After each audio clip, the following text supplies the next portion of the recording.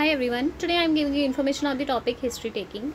History taking is one of the important part of treating the patient because almost the 40 to 50% of the problem gets solved by the history taking of the patient. Okay, so let's move to its description. The complete history taking should be structured as: first one is the demographic data, second one is the chief presenting complaints, third one is the history of present illness, next one is the history of any kind of past illness, and the last one is the family history. So let's move to the demographic data. The demographic data is very important, which includes the name and address, age and sex, occupation, and the religion of the patient. Before treating the patient, once we have to go through the demographic data of the patient. Okay. So name and address. Now what is the importance of all these things? Name and address are primarily required for the patient's identification. When we have to call the patient, then we will call the patient by the name of the patient. That is why it's very important for the identification of the patient. It also proves useful for the demographic research. If someone have to search about the particular area of the patient, that what diseases are taken in these, what diseases are found in these patients according to the area, then address is again very important. Okay, so this one is the importance of the name as well as the address in case of demographic data. Next one is the age and sex. In addition to the utility in the patient's identification, knowledge of age and sex of a patient is useful for noting down and ruling out the particular diseases pertaining to the different age groups and a particular sex. Now some of the diseases takes place in the life of the patient according to the sex. Some of the diseases which takes place in the 80% of the females and the 20% of the males. So according to this, sex is again very important, that the person is male or the person is female. Next one is age. Age group is again very important.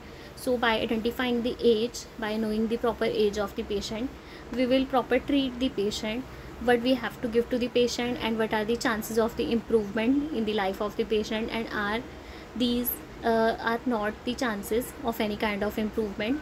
So we can, age is again very important, which is a considerable, and some of the things which takes place at the particular age of the patient. That's why the age as well as the sex are again very important. Next one is the occupation. Any information about the patient's occupation is helpful, since ophthalmic manifestations due to the occupation is hazards are well known. So to know the occupation of the patient is very important, because according to the life of the patient, according to the occupation of the patient, is the what things are hazardous to the life of the patient, will get to know about this. And we will also get to know about this, that in what living conditions the patient is living, what is the working environment of the patient. In addition, the information about the patient's occupation is useful in providing ocular health education and the patient's visual rehabilitation. We can also provide the health education to the patient. We will also give some tips to the patient, that if the person is doing, for example, some near work, then we will ask the patient that he or she have to look at the distance also, because all the muscles get focused at the near work only. So he or she have to look at the distance after some times, so that the muscles will get relaxed. So we'll provide these kind of measures to the patient according to the, by knowing the working environment of the patient. And next one is the patient's visual rehabilitation, how he or she have to rehabilitate in his or her life. That's why the occupation is important.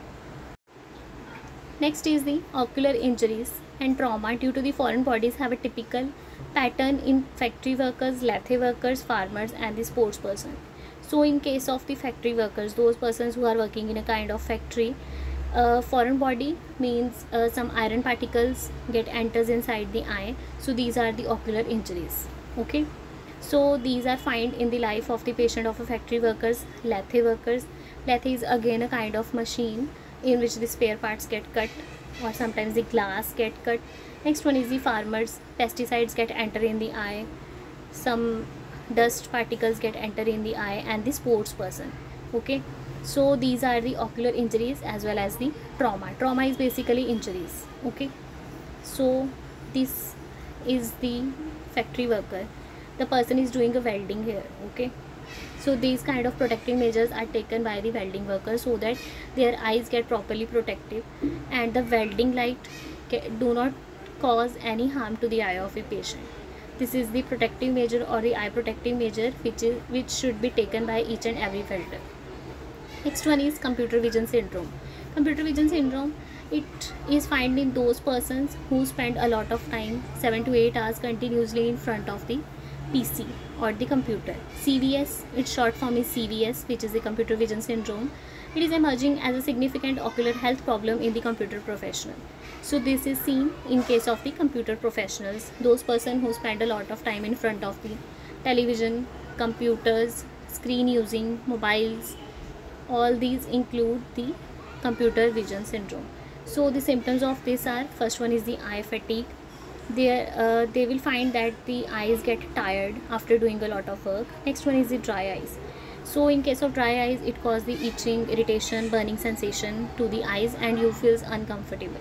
Next one is the blurred vision. The patient finds that the vision gets blurred for some time. If he or she can blink the eyes, then the vision gets clear.